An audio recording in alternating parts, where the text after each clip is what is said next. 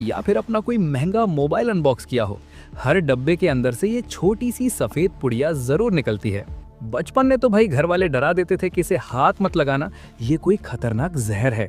लेकिन सच बताऊं, इसमें कोई जहर नहीं होता। तो फिर इसे हर डब्बे में क्यों ठूस दिया जाता है, और आखिर कांच जैसी दिखने वाली ये गोलियां फैक्ट्री में बनती कैसे हैं? चलो भाई, आज इसका एकदम डीप और रियल प्रोसेस देखते हैं। इस पुड़िया के अंदर निकलने वाले पारदर्शी दानों को साइंस की भाषा में सिलिका जेल कहा जाता है। अब आप सोचोगे ये बनता किस चीज से है? भाई ये कोई जादुई केमिकल नहीं है, बल्कि ये बनता है उसी सफेद रेत से जो नदियों के किनारे या खास रेतीले इलाकों में पाई जाती है। इसे एकदम शुद्ध सिलिका रेत कहते हैं।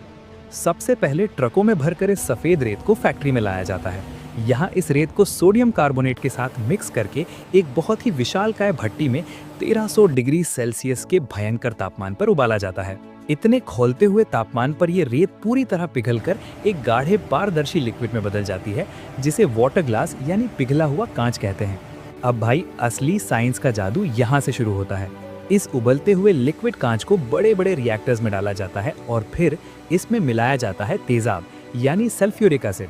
जैसे ही तेजाब और पिघला हुआ कांच आपस में टकराते हैं, एक भयंकर केमिकल रिएक्शन होता है।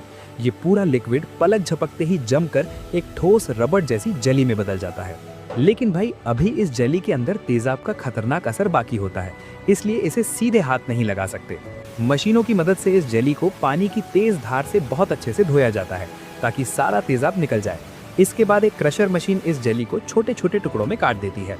अब इन टुकड़ों को एक बड़ी घूमती हुई भट्टी में धीरे धीरे सुखाया जाता है।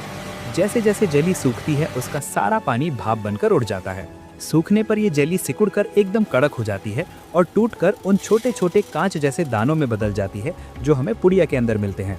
अब भाई सबसे बड़ा सवाल कि इतनी मेहनत से बने इन दानों को डब्बे में डालते क्यों हैं?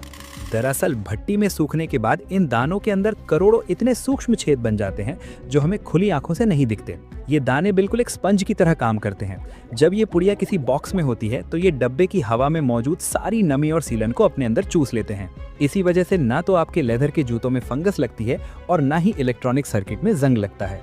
तो भाई अगर ये जहर नहीं है तो इस पर डू नॉट ईट क्यों लिखा होता है?